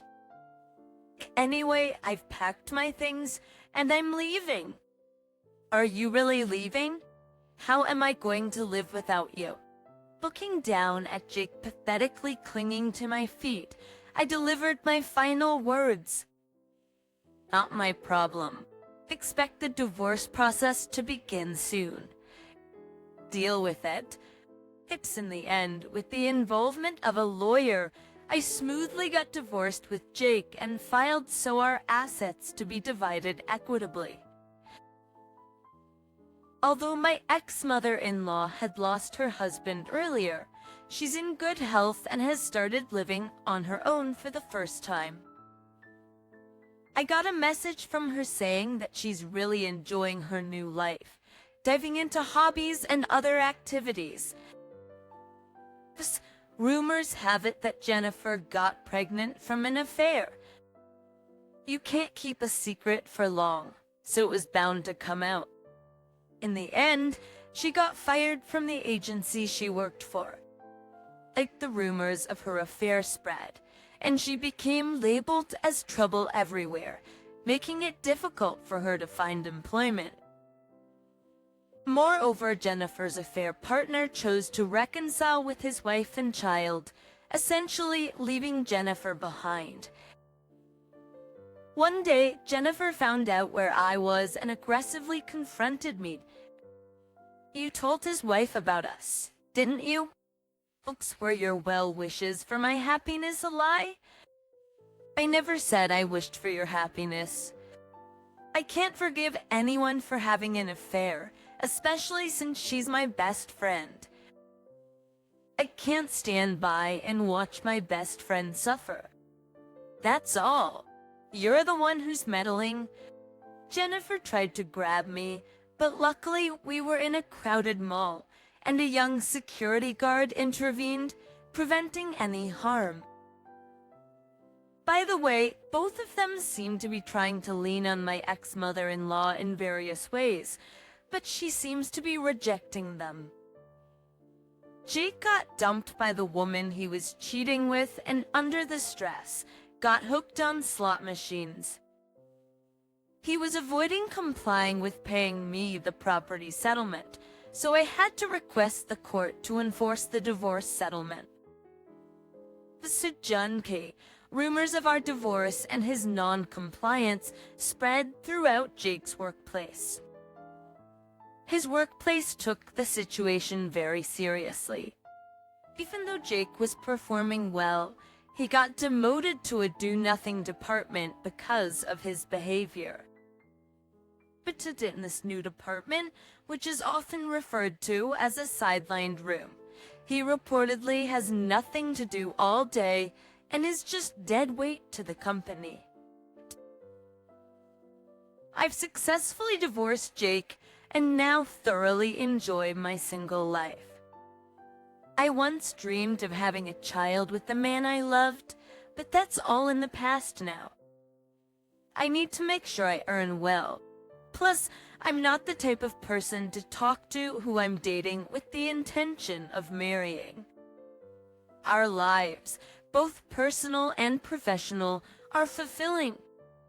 He's a male nurse hired midway through his career, very gentle-spoken, and it's really relaxing to talk to him. He's an amazing man who wants to spend his life with me, even if it means not having children. I want to decide my own happiness as I move forward in life. A mom friend who always finds a reason not to pay for meals. She invites me to go out and then leaves without paying, as if it's natural. I become the one who always pays. One day, she invited me to a hotel and said, "Pay $1,500. I was confused and asked, "What are you talking about?" And since she demanded that I pay for our share of the lodging. She was saying something so unreasonable. I'm still in shock, but I'm going to give her a dose of reality.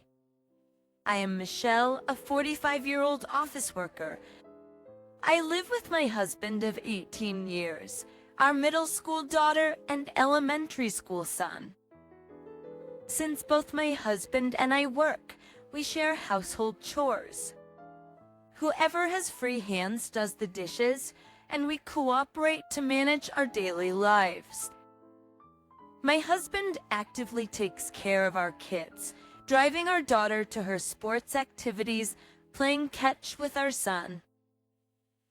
He's a great father. I'm happy to spend time with such a considerate husband and children. The considerate husband and cute children.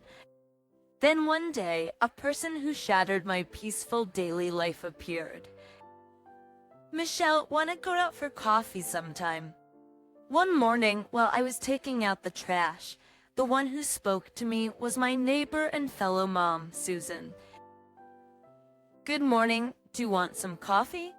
I asked back, and she replied, "There's a cafe that opened nearby that sells delicious bread." She suggested, I thought we might go together. Apparently, a trendy cafe that sells popular Korean bread had opened nearby. "Oh, I see," I said non-committally, but Susan was thinking to herself. "Oh, Michelle, you have work, right?" Yeah, and seemed to be considering something. "Let's go on Saturday," she said excitedly. "Yes, that'll be good. To be honest, between work, housework, and childcare on weekdays, I want my 2 days off for family time." As I was thinking of refusing, Susan said, "On Saturday, your daughter has sports, and your son said he has plans with friends, so there's no problem, right?" I was surprised that Susan knew my children's schedules and asked, "How do you know that?" She cheerfully responded, I heard from David, who's in the same sports activities, that there's practice, and your son said he's going out to play. It became hard to refuse Susan, who was in such a good mood. So Saturday it is. Then Saturday came, and I was feeling down after working overtime. At least we were supposed to meet at the station, but Susan was nowhere to be seen even 10 minutes later. I saw Susan waving from a distance, looking cheerful. "Oh, it's a bit chilly today," she said without apologizing for being late, and talked all the way from the station to the cafe. When we arrived at the cafe, there was a surprisingly long line, even though it had only been open for an hour. "Oh my, there are lots of young people," I remarked. Most of the other customers were young people. I suggested going to another store because of the long wait, but Susan stubbornly refused, saying, "Oh no, I want to eat this bread." We waited in line for an hour, finally seated, guided by the staff. "Chew, I'm tired," I said. "Michelle, you should have gotten the drinks ready," Susan said. Holding back my frustration, I smiled and apologized. Sorry for not being thoughtful. Like the bread at the cafe Susan had strongly recommended was indeed delicious. It was indeed delicious, and I felt very satisfied. I thought about coming with my family next time. As we were about to leave, Susan said, "Excuse me, I need to go to the restroom," and headed to the toilet. After waiting 5 more minutes, feeling the stares of people in the waiting line, I paid the bill. At 10 minutes outside, Susan came out of the shop saying, "Sorry to keep you waiting." My stomach hurt a little. I asked about her condition, and she said, "I'm fine now." Walking ahead of me, she cut me off and asked, "Hey, are you thirsty or something?" "What do you want?" Even when I declined, she insisted, "Come on, come on. Push the button, hurry." I was almost forcibly told to choose, and so I picked some tea. "It's on me. Enjoy your drink," she said, and I thanked her. Susan seemed smug about it, but could it be that she thinks this will cover the cost of the coffee and the bread? I don't feel comfortable explicitly saying, "Please pay." Normally, wouldn't you ask the person how much it was? Feeling a bit uneasy, we arrived at the station before I knew it. Susan quickly went home saying she had something to do. Since then, every time I was invited for tea, Susan would ditch the bill. Not only that, but she seems to be inquiring about my family's activities from other people. Meanwhile, she leaves her kids with her in-laws on Saturdays and Sundays and goes out with friends, hardly ever being at home. Lately, she has even been leaving her kids with us to go out drinking on weekday nights. She'd been checking when we would be home to drop off her child. Bringing the child before dinner, she said, "Oh, is it dinner time? Well then, please take care of my child too." That was happy to eat with us, saying it felt like siblings, but it wouldn't be the same for the adults. "Is your husband not home?" I asked, to which she replied, "He's on a business trip a lot, so he's not here right now." Take care. It seems her husband is away a lot for work. Hutchins, honestly, with 2 growing children, the cost of food can be quite a burden. It doesn't make much difference with just 2 more. Susan said, leaving, but any homemaker should understand. A month has already passed since we started living this way, and the kids are on summer vacation. As on the way home, Susan from the neighborhood invited us to go out with our families. What should we do? Be a problem, right? There's no substitute food because it's by reservation. What? There are restrictions on what I can eat. That's stingy, she said. To which I replied, didn't you check when you made the reservation? She should have known exactly what and how much was available since we decided on it together. When we were planning, she said we should order more because we have growing children.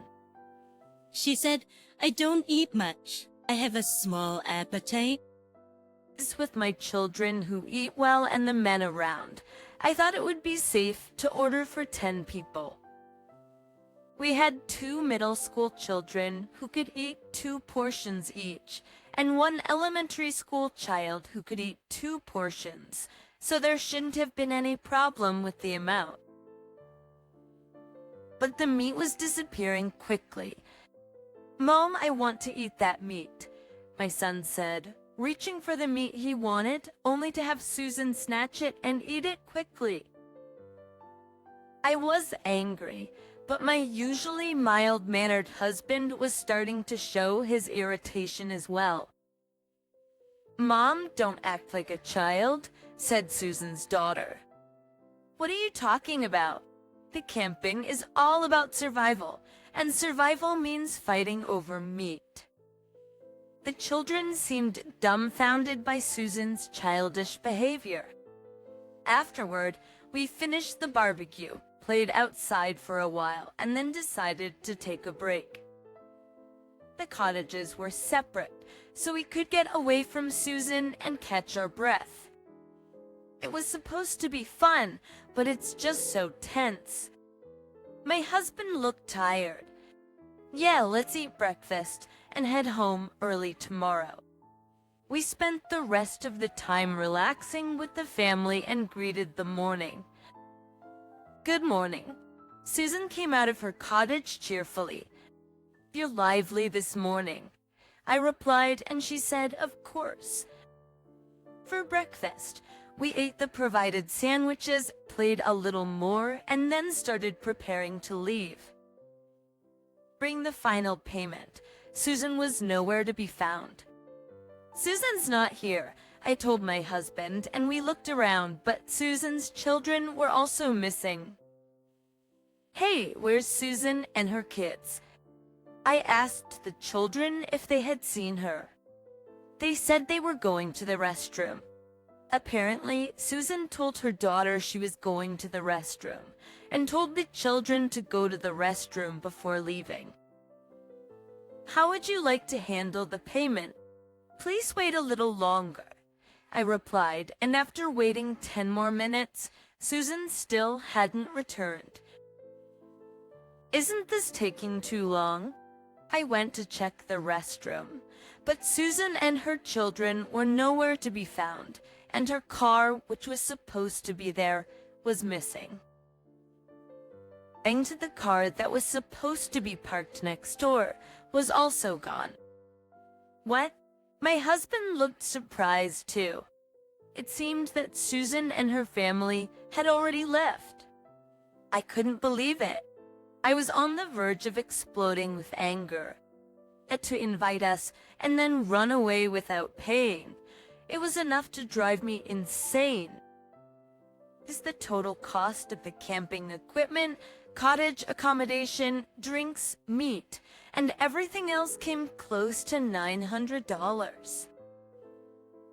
Susan had confirmed the approximate amount at the time of reservation, and she had been the one who chose the place. She had rejected all the places I suggested and insisted that this particular place was perfect. Choosing a location that only allowed on-site payment seems like a premeditated act now. We decided to head straight to Susan's house. Susan, please open up. After ringing the doorbell several times, Susan reluctantly opened the door. Susan, why did you leave without saying anything? I questioned. She pretended not to know. Susan, you have to pay on the spot. Hand over the money, I told her a bit forcefully. Oh, I forgot. But I don't have any money right now, Susan replied. We confirmed the amount in advance, didn't we? You were the one who set the budget.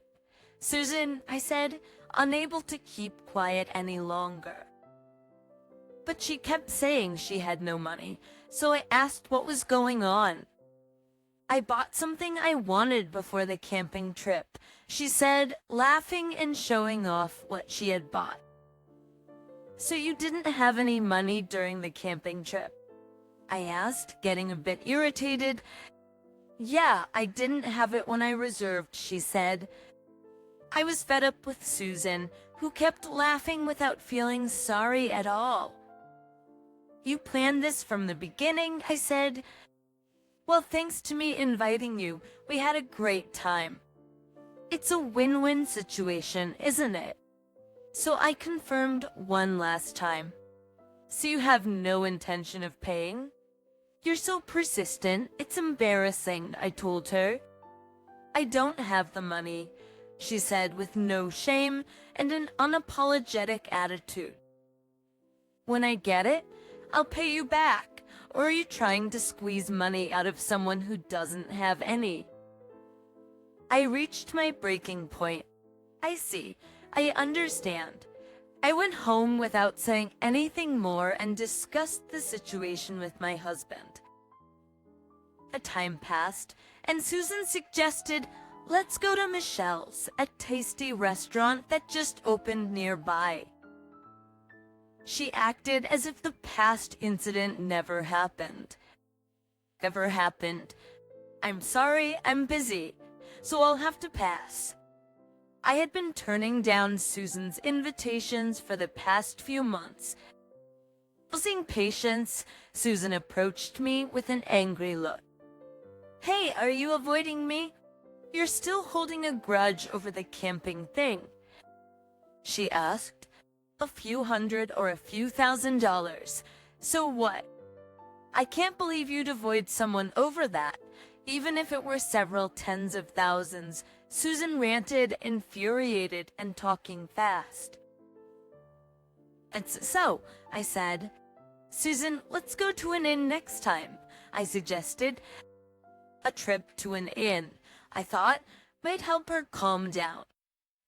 In that case, I'll have to coordinate with my family, Susan said, becoming cheerful. I told her my husband had given me some alone time and was thinking of going on a 2-night trip. When asked if my husband would mind taking care of the kids, I declined, saying he was busy. To the hesitant Susan, I said I plan to stay for 2 nights from Friday. If it's difficult, I'll go alone. To which she replied, wait, in that case, I'll leave them with my in-laws. Susan said she would leave them with her husband's parents and go on the trip. When I showed her the exterior of the inn, Susan became even more delighted. I'll book 2 rooms. There seems to be a spa and all. I told her about the inn, and Susan started to look up various things on her own. How about I invite my friends too? She said. So I told her I'd make the reservations all at once. A month later, the day of the inn reservation arrived. Susan and her friends were at my house, looking puzzled at me. Aren't you going to drive us? I said, oh, sorry, I have to stop by my in-laws, so let's go separately. I said, and Susan reluctantly agreed, and we headed to the inn in different cars. Wow, I can't believe we're staying at such a lovely inn. Everyone was amazed at the magnificence of the inn. Let's enjoy our free time then. Susan and her friends were having a great time. See? Writing about me? After the bath, I ran into Susan and her friends having a huddled conversation. Hey Susan, I said. "Are you sure about staying at such an expensive inn? Can you afford it?" one of Susan's friends asked. "Yes, it's all on me," Susan boasted. "Amazing," I said. "Well, it's over $1,000 per person per night," Susan's friend said. "So generous," she replied. In that case, I'll turn off notifications for texts and calls and spend time in this dream world until we leave the inn. Susan said she would pay for 5 friends' lodging in full, and everyone was getting excited. The second morning of the second day, they went to the spa for massages and were able to spend a meaningful time healing their everyday fatigue. I tried texting Susan, but she didn't read it or reply even by night. It seemed she was having a good time. "Hello, Michelle, it's morning already," cheerful Susan called. "Ah, yes, that's right," I replied, wondering why I was stating the obvious. "You overslept, so it's your fault, right? We're going home first, so pay $15,000. Susan said something utterly unexpected. Oversleep. $15,000. What are you talking about? I didn't understand what she meant. I always pay the last bill, right? Susan said, so I replied, "I'm already home, though. Didn't you see my text?" I had told Susan I was going home through text. Oh, I wouldn't be looking at my phone in such a fabulous, unreal place. I explained the situation to Susan. I went home on the second night. My mother-in-law seems to be feeling unwell, so I came to my parents' house early. Actually, I was only going to pick up the children and husband, who were out playing. But as my mother-in-law wasn't feeling well, I decided to leave early. Why didn't you say something? Susan was angry. I told her that my husband contacted me late, so I texted her and she asked, "What about the bill?" This way thinking she was mad about me going home without paying my share. I said, "Don't worry, I've already paid." "Oh right, that's fine then. We just have to return the keys at the front desk and go home," Susan said, her tone returning to calm. "Well, yes. Since it's on-site payment, please stop by the front desk." My part has been properly deducted. If the front desk handled everything properly, there shouldn't be a problem, I explained. You did pay, right? Yes, I paid my part before I left, so it's okay, I replied. However, Susan's next words made me uneasy. You know, that this question, I was sure that Susan intended to make me pay. Please pay for yourselves. I heard after the bath that Susan make me pay. Please pay for yourselves. I heard after the bath that Susan, you were going to pay for your friends, right? Well, that's... Susan stammered. You're amazing. Honestly, I thought you were the worst kind of person for always disappearing when it's time to pay. So you really were going to pay back the money for the camp later? I misunderstood you, Susan. I camp later. I misunderstood you, Susan. I'm sorry. I joked, building her up. Wait a minute. I cut off Susan's protest and said, "Tell me all about your wonderful time when you get back." See you later, and I hung up the phone. Are you okay? But I smiled and said, "Yeah, I'm fine." Susan and the others seemed to have a great time later. Susan, who had invited her friends by saying, "I'll pay," somehow managed to pay using multiple credit cards. When Susan returned, her complexion was very bad, unlike the last person she had met at the inn. She screamed, "I never intended to pay." As she went home, According to what the children heard from Susan's children, her husband, who had returned from a business trip, scolded her terribly. He said, "You have to earn and pay that large amount of $15,000 yourself." She seems to have started working part-time. For Susan, who'd been leading a sloppy life, leaving housework and childcare to others, it must be a very tough time. She seems to be working so hard that she has no time to rest, both physically and mentally. I no longer get invitations to play from Susan, nor do I have to look after her children, and I've been able to regain a peaceful daily life. On holidays, I can spend time leisurely with my family, and I'm very happy.